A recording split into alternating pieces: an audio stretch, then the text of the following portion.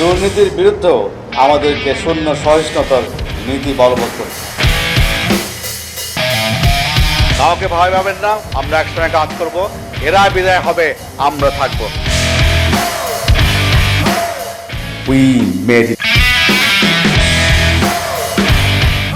প্রয়াত গায়ক আয়ুব বাচ্চুর একটি বিখ্যাত গান রয়েছে, যে গানের টাইটেল ছিল তিন পুরুষ।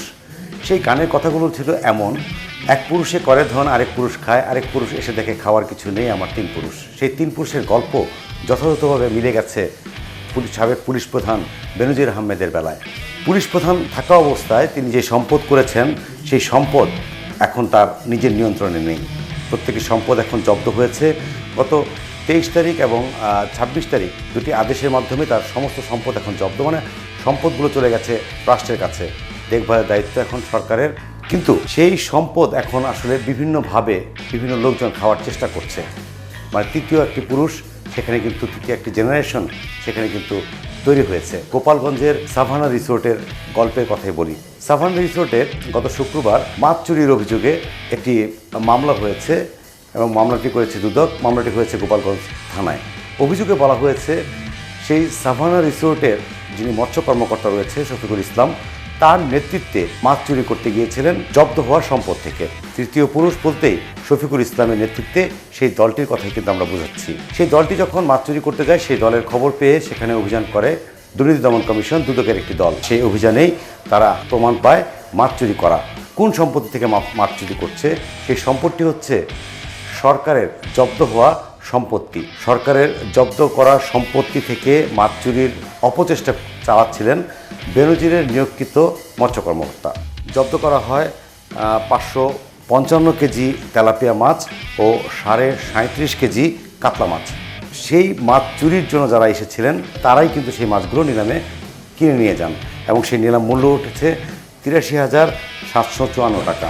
এই টাকা পরবর্তীতে রাষ্ট্রীয় কোষাগারে জমা করা হয়। বেনজির ও তার পরিবারের বিরুদ্ধে জ্ঞাত আয় বহির্ভূত সম্পদ অর্জনের অভিযোগে এরই মধ্যে অনুসন্ধান শুরু করেছে। অনুসন্ধান চলছে দুর্নীতি দমন কমিশনের। সমতল থেকে পাহাড় কোনো জায়গায় বাদ দেননি বেনজির তার সম্পদ করার ক্ষেত্রে। অ্যাকাউন্ট থেকে রিসোর্ট, সব জায়গায় তার সম্পদ। এত সম্পদ তিনি কিন্তু করেছেন। তিনি যখন ডিএমপি কমিশনার ছিলেন, ডিএমপি কমিশনার থেকে র্যাবের মহাপরিচালক, তারপর তিনি কিন্তু হয়েছেন পুলিশের মহাপরিদর্শক। সব কিছু মিলিয়ে ক্ষমতা অপব্যবহার করে তিনি কিন্তু সম্পদের পাহাড় গড়েছেন। দুদকের অনুসন্ধানে একে একে বেরিয়ে আসছে সেই সব সম্পদের তথ্য। বিদেশেও তার সম্পদ রয়েছে কিনা সেটি অনুসন্ধান করতে ইতিমধ্যেই বিভিন্ন দপ্তরে চিঠি পাঠিয়েছে দুর্নীতি দমন কমিশন। এত সম্পদ বেনজিরের, কিন্তু তিনি সেই সম্পদ ভোগ করতে পারছেন না। একজন সরকারি কর্মকর্তার যে বেতন কিংবা যে সুযোগ সুবিধা তিনি পেয়েছেন, সেই সুযোগ সুবিধার বাইরে সম্পদের পাহাড় গড়েছেন। সেই সম্পদ আসলে কি তার কোনো কাজে আসলো? সেই সম্পদ আর বেনজিরের কাছে থাকবে না যদি না তিনি আদালতে প্রমাণ করতে না পারেন যে এই সম্পদগুলো তার বৈধ।